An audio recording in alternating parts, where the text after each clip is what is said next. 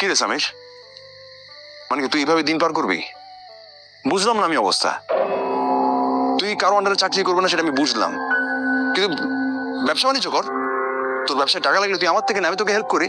মানে এই ব্যাপার কতদিন? এখন তো তুই একা না, ও তো আছে। ওর কথা চিন্তা কর তুই।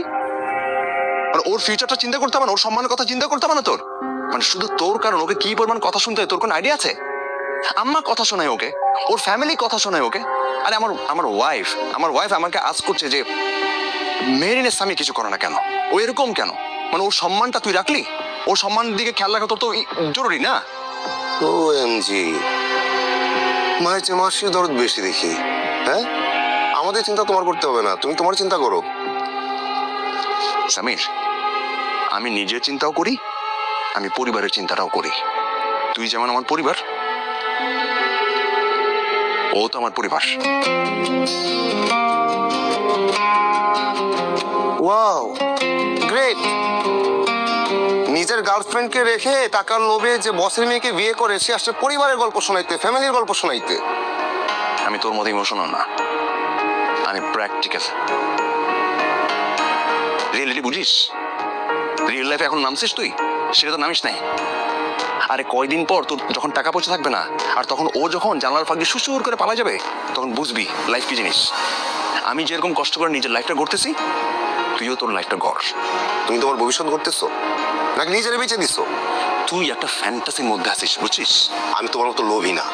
সামির, একদম মুখ সামলায় কথা বল। আমার যদি মেজাজ খারাপ হয় না, আমি কিন্তু নিজের ছায়া পর্যন্ত পড়াই দিই, মনে রাখিস। এই কি হয়েছে তোদের? কি চিৎকার চেঁচামেচি করছিস কেন? তোমার ভাইপো মেজাজ খারাপ করলে নিজের ছায়া পর্যন্ত পুরায় দেয়।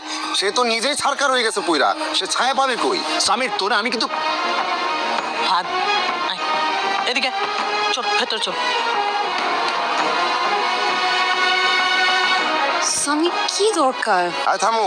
তো কাউন্টার দেওয়া তো দরকার ছিল না সামি। কি দরকার ছিল না? দরকার ছিল, এগুলো বলতে হয়।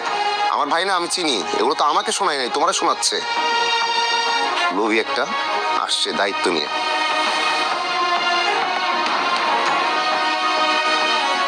আব্বা, আব্বা, আমি জানি আপনি আমার উপর খুব রেগে আছেন, কিন্তু আব্বা বিশ্বাস করেন, আমি যা করেছি সেটা শুধু একটা সম্পর্ক না, এটা একটা বিজনেস অ্যালায়েন্স। আমার বসের মেয়েকে বিয়ে করার কারণে আমি আজকে আইসি গ্রুপ অফ ইন্ডাস্ট্রিজের একজন ডিরেক্টর। আর আমি ডিরেক্টর হওয়া মানে কি আব্বা? আমার ফ্যামিলি সিকিউর।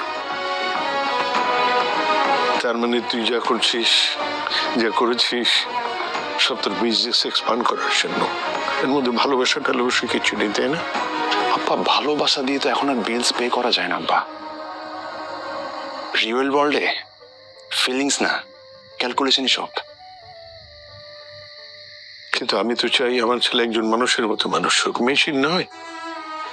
আব্বা, আমি মেশিন না, আমি জাস্ট মডার্ন, স্মার্ট এবং প্র্যাকটিক্যাল একটা ছেলে। আহাত, সময়ের সাথে মানিয়ে চলা ভালো, কিন্তু সবার কাছে বিক্রি হয়ে যাওয়া ভালো নয়। তুই যেটা করছিস এটা লোভ, বুদ্ধিহীনতা। আপনি যেটা বলেন আব্বা, কিন্তু আপনি দেখেন সময় বলে দিবে কে ঠিক আর কে ভুল। নিজের জন্য না, কথাটা মনে রেখেন।